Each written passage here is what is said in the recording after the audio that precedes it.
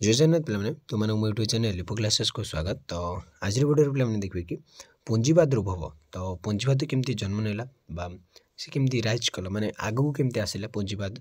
तो से विषय आज आम आलोचना करबा। तो डेरी न करी चलो पे क्लास टू स्टार्ट करबा। तो देखो अर्थनैतिक उत्पादन में व्यक्तिशेषर निजर अधिकार को पुंजीवाद बोली कहुए। तो अर्थनैतिक उत्पादन जो निजर अर्थनैतिक उत्पादन गोटे व्यक्तिशेषर जो निजर अधिकार अच्छी आम कौन कहना पुंजीवाद, जो कि पुंजी उपर व्यक्तिशेषर निजस्व अधिकार थाए। पुंजी उपर मो पाखे कोटी टଙ୍କା अच्छी तो से अधिकार मोर ही निजर अच्छी तो कह पुंजीवाद। तो आम मत कह पुंजीवादी। तो बुझीपार ना पे एटार पुंजीर अर्थ है धन बा संपत्ति आउ जेकोसी आर्थिक उन्नतिमूलक कार्य व्यवसाय जिते परिमाण पुंजी लगे रोजगार वृद्धि करने को पुंजीवाद बोली कहुए। तो ये पुंजीर अर्थ है कौन धन बा संपत्ति। तो आम गोटे उन्नतिमूलक कार्य जिते टଙ୍କା इनकम करेंगे तो आम कह पुंजीवाद है। तो रोजगार कर वाणिज्य व्यवसाय हो जेकोसी कार्य जब आम से टाटा आउट आगू नापी चेष्टा करें आम कह पुंजीवाद। तेणु उत्पादन वृद्धि निम्ते चारोटी उत्स जमी पुंजी, कंचामाल, श्रम और उद्योगी प्रभृति आवश्यक होता है। जब आम गोटे उत्पादन वृद्धि करने चाहूँचे गोटे प्रोडक्शन को आम अधिक प्रोडक्ट माने क्रिएट करने चाहूँचे तेल आमको ये चारोटी निहाती दरकार पुंजी, कंचामाल, श्रम और उद्योगी। तेणु वाणिज्य व्यवसाय उत्पादन क्षमता वृद्धि निमंते व्यक्तिशेषर व्यवसाय पर निजस्व अधिकार रहा नितांत आवश्यक। तेणु जो आम वाणिज्य व्यवसाय क्षेत्र में माने उत्पादन क्षमता वृद्धि निमंते आम गोटे व्यक्तिशेषर जो व्यवसाय पर निजर अधिकार रहा निहाती आवश्यक। ये व्यवस्था सामंतवादर पतन पर यूरोप उद्भव लाभ करथिला। तो जितेबाला ये व्यवस्था सामंतवादर पतन घटला ये आमर कौन ये पुंजीवादर उद्भव लाभ होता। प्रथम यह द्वादश और त्रयोदश शताब्दी में पश्चिम यूरोप उद्भव लाभ करथिला। तो प्रथम यहाँ कौटे देखा मिलता ना पश्चिम यूरोप में जोटा कि आम द्वादश बा त्रयोदश शताब्दी बेलू आम पश्चिम यूरोप देखा जाता। मात्र 19 शताब्दी द्वितीयार्ध देश को व्यवस्था समग्र पृथ्वी को परिव्याप्त करता। किंतु 19 शताब्दी बेलू ये व्यवस्था पुंजीवाद सारा पृथ्वी को से परिव्याप्त करथिला। अन्य पक्षर जब आम देखा तेल प्रथम अर्थात मध्य जुगे अर्थनैतिक तथा राजनैतिक गठन प्रणाली में सामंतवाद आधिपत्य विस्तार करथिला। जब आम देखा मध्य जुग समय से समय कौन सामंतवादा अधिक तार निजर आधिपत्य विस्तार करथिला। यही जुगे सामंत मैंने एक प्रभावशाली गोष्ठी भारत भाव में परिचित थे तथा समस्त शासनगत और अर्थनैतिक क्षमतार से केन्द्रबिंदु थे। जदि आम कह तो यही समय जो सामंत मैंने से प्रभावशाली गोष्ठी भाव में परिचित थे और समस्त शासन हाथ में था और अर्थनैतिक क्षमतार अधिकारी से ही थे। मात्र त्रयोदश शताब्दी बेलू सामंतवाद पुंजीवाद से परिणत होता। जिते आम त्रयोदश शताब्दी कथा देखा चेंज होगा। पुंजीवाद हूँ एक सामाजिक अर्थनैतिक व्यवस्था जहाँकि व्यक्तिगत मालिकाना स्वत्व उपर पर्यवेसित था। पुंजीवाद तो गोटे निजस्व मालिकाना को आम देखा कहवा या प्रथम इटाली पाउणार दाबीपत्र देवा है माने बिल ऑफ एक्सचेंज माध्यम प्रारंभ घटी।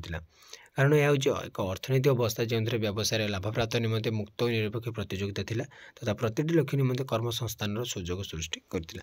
तो यहाँ गोटे कौन अर्थनैतिक अवस्था था आम पुंजीवाद जो कि आम व्यवसाय लाभ प्राप्ति मुक्त और निरपेक्ष प्रतियोगिता दरकार।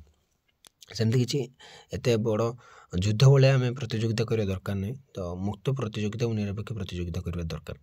यह मत प्रत्येक व्यक्ति को आर्थिक स्वाधीनता प्रदान करता। पुंजीवाद फल समस्त व्यक्ति जड़े जड़े निजे निजे गोटे स्वाधीनता लाभ करते आर्थिक स्वाधीनता लाभ करते। पुंजीवाद शिल्पोद्योग को नहीं गढ़ी उठी जो आम पुंजीवादा से शिल्पोद्योग को लेकर गढ़ी उठी। यह व्यतीत पुंजीवाद जो यह समय समाज में साहूकार और महाजन को अभाव घटी।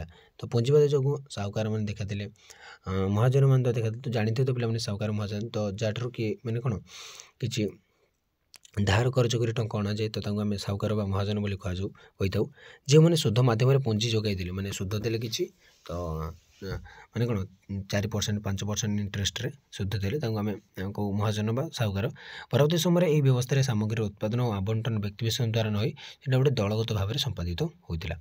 ताले आम देखिए बर्तमान पुंजीवाद केमती आगू आसला ग्रोथ है। देखो क्रमशः पुंजीवाद समग्र यूरोप में विकास लाभ कर धीरे धीरे धीरे धीरे से टोटाल यूरोप को पूरा विस्तार लाभ कला।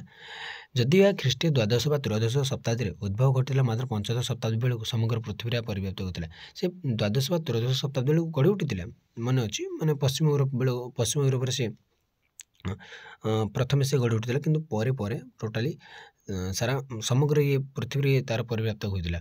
जहाँफल कि ये जुगे अनेक पुंजीपति पुंजीवादी उद्योग हो यौथ व्यवसायिक संस्था सब गढ़ी उठे। यौथ मैंने मिसिक गोटे व्यवस्था बिजनेस ना एकाकी बिजनेस सबू बिजनेस गोटे गोटे गढ़ी उठी। तो ତେଣୁ ଅନେକ କାରଣ ଯୋଗୁଁ ୟୁରୋପରେ ପୁଞ୍ଜିବାଦର ବିକାଶ ଘଟିଥିଲା। ତ କ'ଣ କ'ଣ ଦେଖ। ତ ପ୍ରଥମେ ହେଲା ପିଲାମାନେ ପଞ୍ଚଦଶ ଶତାବ୍ଦୀରେ ଭୌଗୋଳିକ ଜଳପଥ ଆବିଷ୍କାର ଯୋଗୁଁ ବାଣିଜ୍ୟ ବ୍ୟବସାୟର ପ୍ରସାର ଘଟିଥିଲା। ଯେତେବେଳେ ଭୌଗୋଳିକ ଜଳପଥ ଆବିଷ୍କାର ହୋଇଗଲା ତ ବାଣିଜ୍ୟ ବ୍ୟବସାୟ ବହୁତ ଜୋରରେ ଆଗକୁ ଆସିଲା। ଏହାଦ୍ୱାରା ଅନେକ ନୂତନ ଦେଶ ଯଥା ଆମେରିକା, ଏସିଆ ପ୍ରଭୃତି ଦେଶକୁ ଜଳପଥ ଆବିଷ୍କାର ହୋଇପାରିଲା। ତାପରେ ଏସିଆକୁ, ୟୁରୋପକୁ, ବିଭିନ୍ନ ପ୍ରକାର ଦେଶଗୁଡ଼ିକୁ ଆମର କ'ଣ ଆମେରିକା ଏସବୁ ଦେଶଗୁଡ଼ିକୁ ଆମର କ'ଣ ନା ସବୁ ଜଳପଥ ଆବିଷ୍କାର ହେଲା। ତ ଏହାଦ୍ୱାରା ଲୋକମାନେ କେବଳ ନୂତନ ମହାଦେଶକୁ ଯାଇ ନିଜ ସଂସ୍କୃତିର ପ୍ରସାର ଘଟାଇଲେ ତାହା ନୁହେଁ, ଏହାଦ୍ୱାରା ବାଣିଜ୍ୟ ବ୍ୟବସାୟ ପରସ୍ପର ଦେଶ ମଧ୍ୟ ହେଲେ। ତ ନିଜ ସଂସ୍କୃତି ମଧ୍ୟ ଜାଣିଲେ, ନିଜ ସଂସ୍କୃତି କ'ଣ, ନିଜର ଧର୍ମ କ'ଣ, ନିଜର ଚାଲିଚଳନ ସବୁ ଜାଣିଲେ। ତା ସହିତ ବାଣିଜ୍ୟ ବ୍ୟବସାୟ ମଧ୍ୟ ପରସ୍ପର ଦେଶ ମଧ୍ୟରେ ହେଉଥିଲା। ତେଣୁ ପୁଞ୍ଜିପତିମାନେ ଏହି ବାଣିଜ୍ୟ ବ୍ୟବସାୟର ନିଜର ପୁଞ୍ଜି ବିନିଯୋଗ କରି ପ୍ରଭୁତ୍ୱ ଲାଭବାନ ହୋଇପାରିଲେ। ପୁଞ୍ଜିବାଦର ବିକାଶ ମଧ୍ୟ ସାଧିତ ହୋଇପାରେ। ଯେତେବେଳେ ଭୌଗୋଳିକ ଜଳପଥ ଆବିଷ୍କାର ହେଲା, ଲୋକମାନେ ନିଜ ଦେଶରୁ ଅନ୍ୟ ମହାଦେଶକୁ ଗଲେ ଏବଂ ସେହି ମହାଦେଶର ଅର୍ଥନୀତି ବିଷୟରେ ଜାଣିଲେ। ତା ସହିତ ବାଣିଜ୍ୟ ବ୍ୟବସାୟରେ ମଧ୍ୟ ଯୋଗ ଦେଲେ। ତାର ସଂସ୍କୃତି ସହିତ ସେମାନେ ପରିଚିତ ହେଲେ। ଦ୍ୱିତୀୟତଃ କ'ଣ, ଏହି ଯୁଗରେ ଫ୍ରାନ୍ସ, ଇଂଲଣ୍ଡ ଓ ସ୍ପେନ୍ରେ ଶକ୍ତିଶାଳୀ ରାଜତନ୍ତ୍ର ଅଭ୍ୟୁଦୟ ଘଟିଥିଲା। ଏହି ରାଜାମାନେ ସର୍ବଦା ପୁଞ୍ଜିବାଦର ବିକାଶ ନିମନ୍ତେ ଅନେକ ପ୍ରୋତ୍ସାହନ ଯୋଗାଇ ଦେଲେ। ଯେଉଁ ଆମର ଫ୍ରାନ୍ସ, ଇଂଲଣ୍ଡ, ସ୍ପେନ୍, ସେମାନେ ପୁଞ୍ଜିପତିମାନଙ୍କୁ ପୃଷ୍ଠପୋଷକତା କରି ନିଜ ଦେଶର ଅର୍ଥନୀତି ଅବସ୍ଥାକୁ ସୁଦୃଢ଼ କରିବା ପାଇଁ ଆଶା ପୋଷଣ କରିଥିଲେ। ଏହା ବ୍ୟତୀତ ସାମନ୍ତବାଦର ପତନ ପରେ ୟୁରୋପୀୟ ଦେଶଗୁଡ଼ିକ ମୁଦ୍ରା ଅର୍ଥନୀତିକୁ ମୁଖ୍ୟ ଅର୍ଥନୀତି ଭାବରେ ଗ୍ରହଣ କଲେ ଓ ନିଜ ଦେଶରେ ପୁଞ୍ଜି ଠୁଳ କରି ଏଗୁଡ଼ିକୁ ବିଭିନ୍ନ କ୍ଷେତ୍ରରେ ଲଗାଇ ଧନିକ ରାଷ୍ଟ୍ରରେ ସେ ପରିଗଣିତ ହେଲେ। ତେଣୁ ପୁଞ୍ଜିବାଦର ପ୍ରାକ୍ ପର୍ଯ୍ୟାୟରେ ଏହି କ୍ଷେତ୍ରରେ ଅନେକ ପ୍ରୋତ୍ସାହନ ସୃଷ୍ଟି କରି ଏହାର ବିକାଶ ଘଟାଇଥିଲେ। ତ ଦେଖ, ଆମେ ତୃତୀୟତଃ ଦେଖିବା କ'ଣ ହେଲା ନା, ଏହି ସମୟରେ ଅର୍ଥାତ୍ ପୁଞ୍ଜିବାଦର ଉଦ୍ଭବ ବେଳକୁ ପୃଥିବୀର ଅନେକ ରାଷ୍ଟ୍ର, ଯେମିତି ଆମେ ଦେଖିବା ଆଫ୍ରିକା, ଅଷ୍ଟ୍ରିଆ, ଜର୍ମାନୀ, ପୂର୍ବ ଏସିଆ ପ୍ରଭୃତି ରାଷ୍ଟ୍ରଗୁଡ଼ିକରେ ଅନେକ ସୁନା ଓ ରୂପା ଖଣିମାନ ଆବିଷ୍କୃତ ହେଲା। ବିଭିନ୍ନ ଗୁଡ଼ିଏ ସୁନା ରୂପା ଖଣି ସବୁ ଆବିଷ୍କୃତ ହେଲେ। ତ ବେଶୀ ତ ଆଫ୍ରିକାରେ ପୁରା ଫୁଲ୍ ହେଇକି ଅଛି ସୁନା ଖଣି। ଏ ଦେଶଗୁଡ଼ିକ ସୁନା ଓ ରୂପା ଖଣି ଯୋଗୁଁ ଲାଭବାନ ହୋଇପାରିଲେ। ଲାଭବାନ ହେଲେ। ଏହା ବ୍ୟତୀତ ଏହି ସମୟରେ ବଣିକବାଦ ନାମକ ଏକ ନୀତିର ଉଦ୍ଭବ ଘଟିଥିଲା, ଯାହାକି ମୁଖ୍ୟ ନୀତି ଥିଲା ସୁନା ରୂପା ହେଉଛି ଏକ ଦେଶ ପ୍ରଗତିର ପ୍ରତୀକ। ଗୋଟେ ହେଲା ବଣିକବାଦ। ବଣିକ ମାନେ ଯେଉଁ ସୁନା ବଣିକ ବୁଝିଥିବେ ତ ପିଲାମାନେ, ଯିଏ ସୁନା ବିକ୍ରି କରନ୍ତି ବା ସୁନା ତିଆରି କରନ୍ତି, ତ ବଣିକମାନେ, ତ ବଣିକବାଦ ବୋଲି ଗୋଟେ ସୃଷ୍ଟି ହେଲା। ଯେମାନଙ୍କର ମୁଖ୍ୟ ନୀତି ଥିଲା କି ସୁନା ଓ ରୂପା ହେଉଛି ଗୋଟେ କ'ଣ ଦେଶ ପ୍ରଗତିର ପ୍ରତୀକ। ତେଣୁ ଏ ମୂଲ୍ୟବାନ ଖଣିଗୁଡ଼ିକର ଆବିଷ୍କାର କେତେକ ବ୍ୟକ୍ତିବିଶେଷ ଓ କମ୍ପାନୀକୁ ବେଶୀ ଲାଭବାନ କଲା। ସେମାନେ ମଧ୍ୟ ପୁଞ୍ଜିପତି ଭାବରେ ପରିଗଣିତ ହେଲେ ଓ ପୁଞ୍ଜିପତିମାନଙ୍କ ପ୍ରଗତିରେ ସେ ମାନେ ସାହାଯ୍ୟ ହେଲା।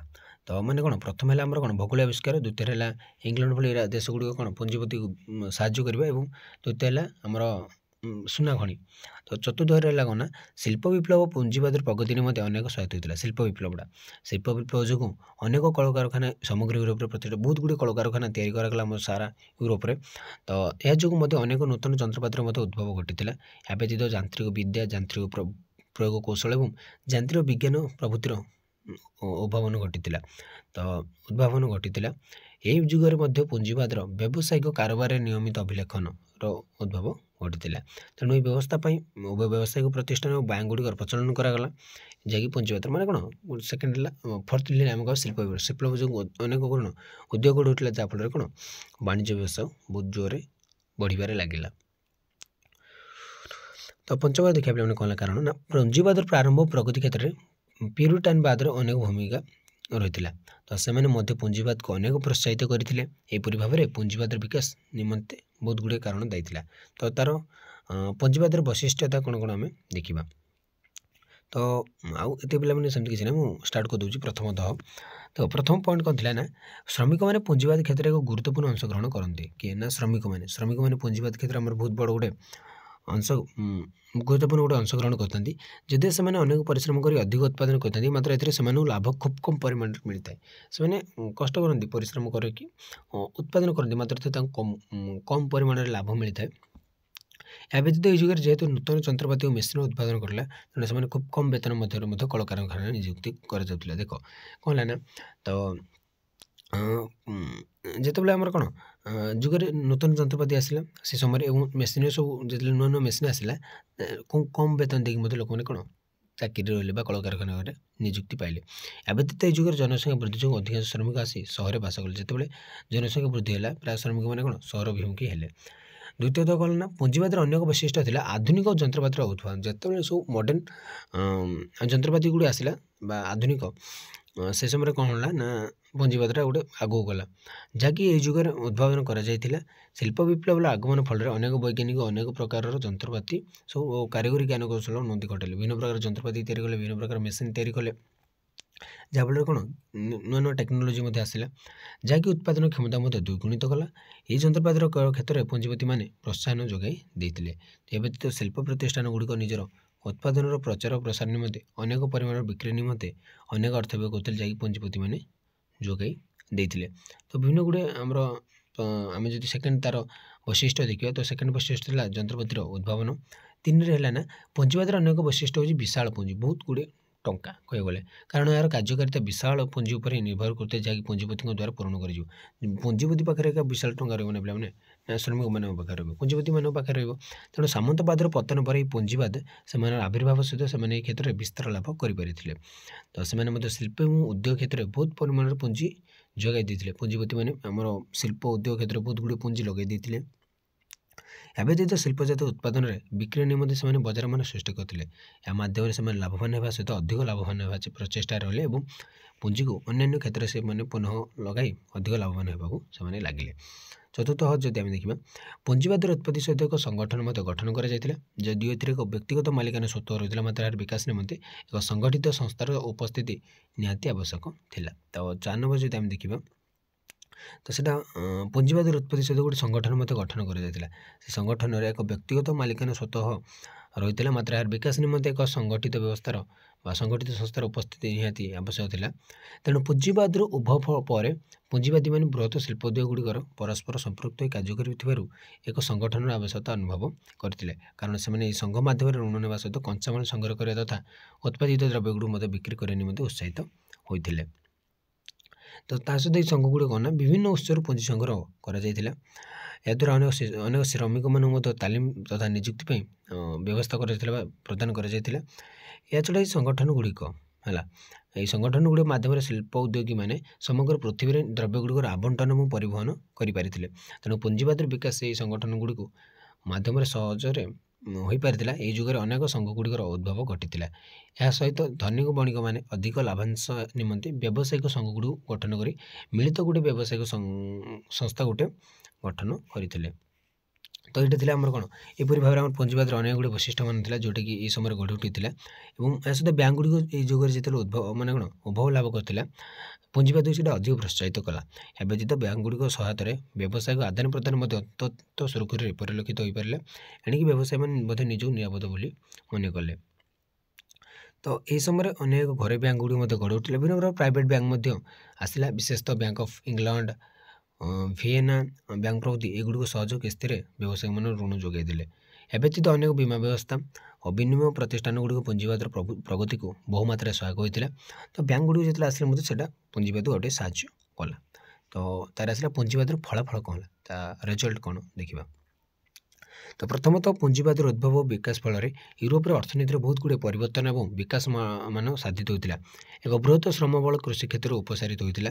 ଏହାଫଳରେ ପୂର୍ବ ପ୍ରଚଳିତ କୃଷି ଦାସ ପ୍ରଥାର ମାନେ ଯେଉଁ କୃଷି ଦାସ ପ୍ରଥାଟା ରହିଥିଲା ସେଇଟା ମଧ୍ୟ କମିଗଲା ୟୁରୋପରେ, କାରଣ ଏହି ଯୁଗରେ ଏକ ନୂତନ ପଦ୍ଧତିର କୃଷି ବ୍ୟବସ୍ଥାର ପ୍ରଚଳନ ଘଟିଥିଲା, ଯାହାକି କୃଷି ଭିତ୍ତିକ ପୁଞ୍ଜିପତିମାନଙ୍କ ଦ୍ୱାରା ଏଇଟା ଗୋଟେ ନୂତନ ପଦ୍ଧତିର କୃଷି ବ୍ୟବସ୍ଥା ଗୋଟେ ଗଢ଼ି ଉଠିଥିଲା, ଯାହାଦ୍ୱାରା କି ପ୍ରଚୁର ପରିମାଣର କୃଷିଜାତ ଦ୍ରବ୍ୟମାନ ଉତ୍ପାଦିତ ହେଲା ଏବଂ ଏଥିରୁ ଲୋକମାନଙ୍କର ଆବଶ୍ୟକତାରେ ବ୍ୟବହୃତ ହେବା ପରେ ବଳକା କୃଷିଜାତ ଦ୍ରବ୍ୟକୁ ଶିଳ୍ପ କାରଖାନାରେ ଲଗାଇଲେ। ତ ଯେତେକ ଲୋକମାନେ ବ୍ୟବହାର କଲେ ଯେତିକ କୃଷି ଦ୍ରବ୍ୟ ସେତିକ ରହିଲା, ବାକି ସବୁ କଳକାରଖାନାରେ ଲଗାଇଲେ, ଯଦ୍ୱାରା କି କଞ୍ଚାମାଲ ଗୁଡ଼ିକ ଶସ୍ତାରେ ମିଳିପାରିଥିଲା। ଏହି ସମୟରେ କୃଷି ବ୍ୟବସ୍ଥାର ଅପସାରିତ ଶ୍ରମବଳ ଗୁଡ଼ିକ ଶିଳ୍ପ ମଧ୍ୟରେ ଲାଗିଥିଲା। ଏହା ଲୋକମାନଙ୍କର କ୍ରୟ ଶକ୍ତିକୁ ବୃଦ୍ଧି କଲା ଏବଂ ଏଣିକି ବଳକା ଦ୍ରବ୍ୟଗୁଡ଼ିକୁ ନେଇକରି ଘରୋଇ ବଜାରରେ ବିକ୍ରି କରା, ମାନେ ଗୋଟେ ବଜାର ମଧ୍ୟ ତିଆରି ହେଲା। ଦ୍ୱିତୀୟତଃ ଏକ ପ୍ରତିଦ୍ୱନ୍ଦିତାମୂଳକ ପୁଞ୍ଜିବାଦ ଓ କାରିଗରୀ ଜ୍ଞାନ କୌଶଳ ଉଦ୍ଭବ ଏହି ସମୟରେ ଗଢ଼ି ଉଠିଥିଲା। ଗୋଟେ କ'ଣ ନା ଗୋଟେ କାରିଗରୀ ଆଉ ପୁଞ୍ଜିବାଦର ଗୋଟେ ଜ୍ଞାନ କୌଶଳ ଗୋଟେ ଉଦ୍ଭବ ହୋଇଥିଲା। ଯେତେବେଳେ ଇଂଲଣ୍ଡରେ ଏହି ପ୍ରତିଦ୍ୱନ୍ଦିତାମୂଳକ ପୁଞ୍ଜିବାଦର ଉଦ୍ଭାବନ ଘଟିଲା, ସେତେବେଳେ ଅନେକ କାରିଗରୀ ଜ୍ଞାନ କୌଶଳ ଏଠାରେ ଉଦ୍ଭବ ଘଟିଲା। ଏହି ଉଦ୍ଭାବନ ଫଳରେ ଏଠାରେ ଶିଳ୍ପ ବିପ୍ଳବ 1750 ମସିହାରେ ଦେଖାଗଲା। ତ ଶିଳ୍ପ ବିପ୍ଳବ ଦେଖାଦେଲେ କେବେ ନା 1750 ମସିହାରେ। ପରବର୍ତ୍ତୀ ସମୟରେ ଏଗୁଡ଼ିକ ଅନ୍ୟାନ୍ୟ ୟୁରୋପୀୟ କ୍ଷେତ୍ରରେ ମାନେ ଦେଶଗୁଡ଼ିକୁ ପ୍ରସାରିତ ହୋଇଥିଲା। ତୃତୀୟତଃ ଦେଖିବା, ତ ପୁଞ୍ଜିବାଦର ଉଦ୍ଭବ ସହିତ ଅନେକ ଯନ୍ତ୍ରପାତି ଓ ମେସିନର ଉଦ୍ଭାବନ ଘଟିଥିଲା। ଏଣିକି ଶ୍ରମିକ ପରିବର୍ତ୍ତେ ମେସିନ ଗୁଡ଼ିକ ସବୁ କାର୍ଯ୍ୟ କଲେ, ଶ୍ରମିକ ସବୁ କ'ଣ ହଟିଗଲେ, ମାନେ ମେସିନ ସବୁ ଆସିଲା। ଏହି ସମୟରେ ଗୁରୁ ଶିଳ୍ପ ଗୁଡ଼ିକରେ ଏହି ମେସିନ ଗୁଡ଼ିକ କାର୍ଯ୍ୟ କରିପାରିଥିଲା, ମାନେ ବଡ଼ ବଡ଼ ଶିଳ୍ପ ଗୁଡ଼ିକରେ ମେସିନ ଲାଗିଲା। ଯଦିଓ ଏହି ଯୁଗରେ ଶ୍ରମିକମାନଙ୍କ ସଂଖ୍ୟା ବୃଦ୍ଧି ପାଇଥିଲା, ଏମାନେ ଲଘୁ କାରଖାନା ଗୁଡ଼ିକ କାର୍ଯ୍ୟ କରିବା ଲାଗିଲା, ମାନେ କ'ଣ ଛୋଟ ଛୋଟ କଳକାରଖାନାରେ ଲାଗିଲେ କି ଶ୍ରମିକମାନେ ଏବଂ ବଡ଼ ବଡ଼ କଳକାରଖାନାରେ ଲାଗିଲା ମେସିନ, ଯେଉଁଟାକି आमर कौन तार गोटे फलाफल था पुंजीवादर मात्र पुंजीवादर अग्रगति फल सब लघु कारखाना गुड़िक सहित गुरु कारखाना मिश्रण घटी मैंने कौन छोट कल कारखाना गुड़िक बड़ कल कारखाना सहित मिसीगले केवल जातीय क्षेत्र में एक मुख्य व प्रभावशाली विषय था तानी श्रम बलर है। तो 4 नंबर जब आम देखा पुंजीवाद उभय जो एक जातीयतावादी राष्ट्र गठन संभव हो पार्थिला कारण अनेक राष्ट्र जमी इंग्लैंड फ्रांस स्पेन रूस प्रभृति राष्ट्रगुड़िक निजर आभ्यंतरीण अर्थनैतिक क्षेत्र में मिश्रण जो जातीयतावादी राष्ट्र से सब परिगणित हेले जद्वारा राज्यगुड़िक लोक जातीयतावादी चेतना वृद्धि पाइले मैंने निजर गोटे जातीयतावाद भाव चेतना आसला ये नूतन राष्ट्रगुड़ आणिकी निजर घर बजार सुरक्षा जोगाइबा सहित वैदेशिक बजार नियंत्रणाधीन करें आ सहित पूर्व प्रचलित सामंतवादी अर्थनैतिक व्यवस्थार पतन घटवा सहित वाणिज्य व्यवसाय प्रचुर मात्रा परिचालित होता है। व्यतीत पुंजीवाद जो राज्यगुड़िकर उत्पादन क्षमता वृद्धि पाई। तो 4 नंबर देखले आमर घटी 5 नंबर देखा ना सामंतवादी व्यवस्थार पतन घटा सहित समग्र यूरोपीय मैंने एक नूतन चेतना गोटे आसिले मन नूतन नुआ माने कौन चेतना पूरीगला ये धारणार बशवर्ती हुई से समस्त आह्वान करते तथा निजर अर्थनैतिक क्षेत्र प्रशस्त कर निज निज जो अर्थनैतिक क्षेत्र बढ़ेले है। ये पुंजीवादी श्रेणी समाज को एक नूतन मूल्यबोधर अनुप्राणित करने लगे मात्र परवर्ती समय एक नूतन सामाजिक व्यवस्थार प्रचलन है। समाजर मध्यस्तर रही पुंजीवादी और व्यवसायी गोष्ठी समाजर मध्य किए रही ना पुंजीवादी मैंने तले रही श्रमिक और ऊपर रही शासक मैंने शासक ता सहित कौन व्यावसायिक ता सहित रही कौन श्रमिक एमती 3 भाग में एम मध्यवित्त श्रेणी भाव में कहला मिडिल क्लास एम परवर्ती समय देशर अर्थनैतिक क्षेत्र में अंशग्रहण करने लगे समाजर सर्वनिम्न स्तर में रही सर्वहारा श्रेणी तो निम्न स्तर किए रही सर्वहारा श्रेणी यही सर्वहारा मान कौन निजस्व संपत्ति नाला जो मैंने भी स्वल्प मजूरी कार्य करने लगे एम किसी नाला स्वल्पहारा मान पाखे किसी ना स्वल्प मैंने कौन कम मान पाखे किसी नाला एव्यतीत माने कम टकर कार्य करते या व्यतीत अर्थनैतिक क्षेत्र में जो अनेक परिवर्तन आसीपारी यूरोपर समस्त देश जति आम इंग्लैंड फ्रांस जर्मनी और जापान प्रभृति देशगुड़िक विकास लाभ कर। षष्ठतः ये पुंजीवाद क्रमशः शिल्पभित्तिक पुंजीवाद परिगणित होता है। पुंजीवाद मुख्य उद्देश्य था उत्पादनक्षम शिल्प पुंजी लगाण सहित श्रम शक्ति ह्रास और पुंजीर प्रतिदान स्वरूप सर्वाधिक लाभ प्राप्त होगा। तो लोक मैंने आनी कृषि अपेक्षा शिल्प आधारित पुंजीवाद उपर गुरुत्व प्रदान करते कृषि अपेक्षा शिल्प उपर बेस ध्यान देले लोक मैंने। तो पूर्वर विषय वर्णना रही क्रमशः पुंजीवाद जो शिल्प विप्लव उद्भूत पुंजीवाद जो कौन शिल्प विप्लव घटी। तो शिल्प क्षेत्र में अनेक नूतन जंत्रपाति सब उत्पादन व्यतीत आम कृषि क्षेत्र में अनेक जंत्रपातिर विकास घटी। तो प्रथम यहाँ इंग्लैंड देखी गोटे जो शिल्प विप्लव पुंजीवादटा आम फ्रांस जर्मनी सब देश में परिव्याप्त है। सप्तमतः जो आम देखा पुंजीवाद विकास घटवा सहित समग्र यूरोप में साम्राज्यवाद परिप्रकाश घटी। प्रकृत पक्षर पुंजीवाद अर्थ हो व्यक्तिगत उद्योग लाभ निमंते आधारित होता राजनैतिक अर्थनैतिक पद्धति व्यवस्था जो निजर गोटे उद्योग निजर गोटे लाभ गोटे गोटे राजनैतिक गोटे अर्थनैतिक व्यवस्था आगू आनवाटा हूँ कौन पुंजीवाद। तेणु एथुर जना जाए उभय अर्थनीति और राजनीति पुंजीवाद सहित जड़ित कारण पुंजीवाद अभ्युदय और विकास में शिल्प विप्लव अभ्युदय घटी। कारण देख पुंजीवाद आम पुंजीवाद अभ्युदय और विकास में आम शिल्प विप्लवटा गढ़ी उठी। शिल्प विप्लव जो अनेक कंचामाल आवश्यक है। तेणु इंग्लैंड फ्रांस प्रभृति राष्ट्रगुड़िक बाह्य देशर उपनिवेश स्थापन कर सेठार अत्यंत सस्ता और सहजरे कंचामाल आनिले क्रमशः से साम्राज्य विस्तार करने मन देले। तेणु पुंजीवाद विकास व्यवस्था और साम्राज्यवाद कहवा ये पुंजीवाद राष्ट्रगुड़ आफ्रिका और एशिया निजर साम्राज्य प्रतिष्ठा करने सहित सेठार शासन करने लगे जमी इंग्रेज मैंने आम भारत में उपनिवेशवाद स्थापन करते से धीरे धीरे प्राय मैंने कौन देशगुड़िक साम्राज्यवाद स्थापन कले। तेणु मोटामोटी भाव में कह गले साम्राज्यवाद आखिरी करता अन्य देशर खनिज पदार्थ और कंचामाल को आम जब साम्राज्यवाद क्या कहवा अन्य देशर खनिज पदार्थ और कंचामाल को शोषण कर एठारे राजनीतिक क्षेत्र में अनधिकार प्रवेश करने को खोज साम्राज्यवाद मैंने अन्य देशर जो खनिज पदार्थ रही कंचामाल रही शोषण कर कंचामाल शोषण करवा और राजनीतिक क्षेत्र को अनधिकार प्रवेश करवा मन इच्छा प्रवेश करदेवा। ये परिप्रेक्षी में हिल्फर्डिंग पुस्तक द फाइनेंस कैपिटल मत व्यक्त कर एकचाटिया अधिकारकर्ता पुंजीवादी मैंने साम्राज्यवादी विस्तार प्राथमिकता देते कारण याद्वारा से नूतन देशगुड़िक उपर नियंत्रण अधिकार करने को मिलता। तो से भाव में जड़े अर्थनैतिक हब्सन मत पुंजीवादर लाभजनित इच्छाशक्ति साम्राज्यवाद पृष्ठभूमि में थिला। तो समस्त विभिन्न अर्थनीतिज्ञ और राजनीतिज्ञ मैंने सब मत व्यक्त करते। तो पे आज चैप्टर 1 को ये शेष करवा। तो परवर्ती अध्याय परवर्ती क्लास में चैप्टर 2 आनिबा। तो आज क्लास 2 मुझे रखुची रोचे जय जगन्नाथ।